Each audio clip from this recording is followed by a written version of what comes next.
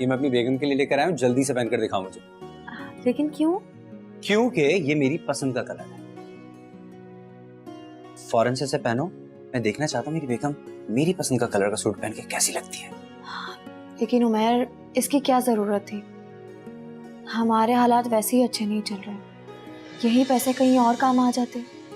यार ये पैसा वैसा तुम्हारा मसला नहीं है, मैं हूं ना, मैं सब कर लूंगा। You just go and get ready. मैं अपनी बेगम को अपने पसंद के लिबास में देखना चाहता हूँ।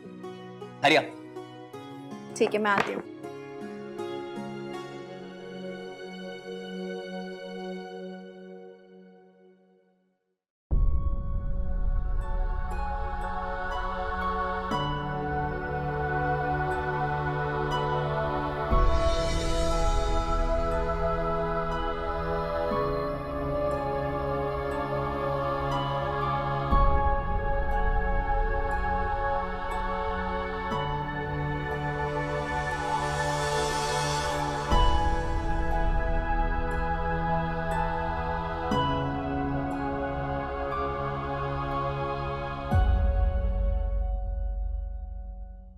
कल दोपहर को मेरे एक जानने वाले तुम्हारे लिए रिश्ता लेके आ रहे हैं,